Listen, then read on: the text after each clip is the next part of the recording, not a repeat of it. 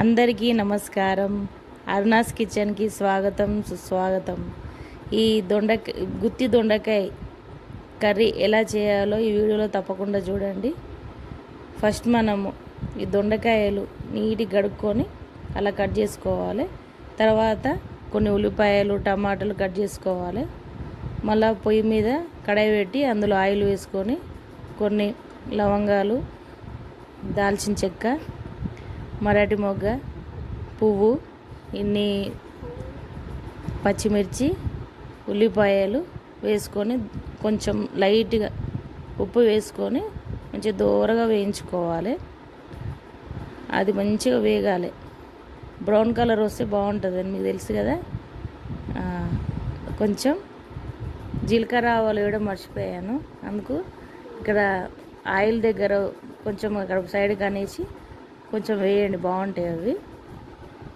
తర్వాత అవి వేడి బాగా అయ్యాక అవి బ్రౌన్ కలర్ వచ్చినాక కొంచెం అల్లం వెల్లుల్లి పేస్టు, 2 స్పూన్స్ అల్లం వెల్లుల్లి పేస్టు, కొంచెం పసుపు వేసుకొని మంచిగా కలపాలి. మళ్ళీ ఇది వెజ్ లవర్స్కి చాలా బాగుంటుంది టేస్ట్గా. మనకు చికెన్ కూడా అవసరం లేదు, చాలా టేస్ట్గా ఉంటుంది.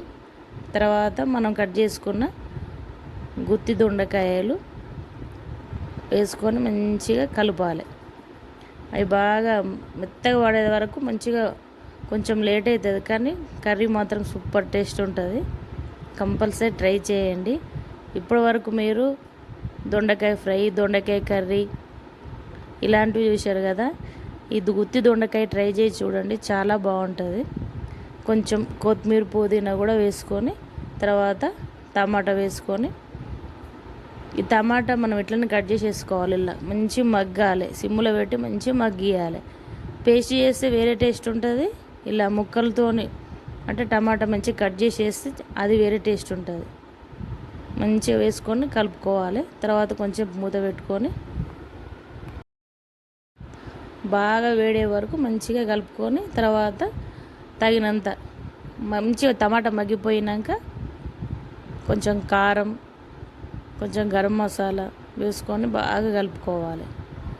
మొత్తం దొండకాయలు, టమాటా కనిపిస్తలేదు చూడండి, ఇది వేరే టేస్ట్ ఉంటుంది. మనం పేస్ట్ వేస్తే అది వేరే టేస్ట్ ఉంటుంది, టమాటా వేస్తే అది వేరే టేస్ట్ ఉంటుంది.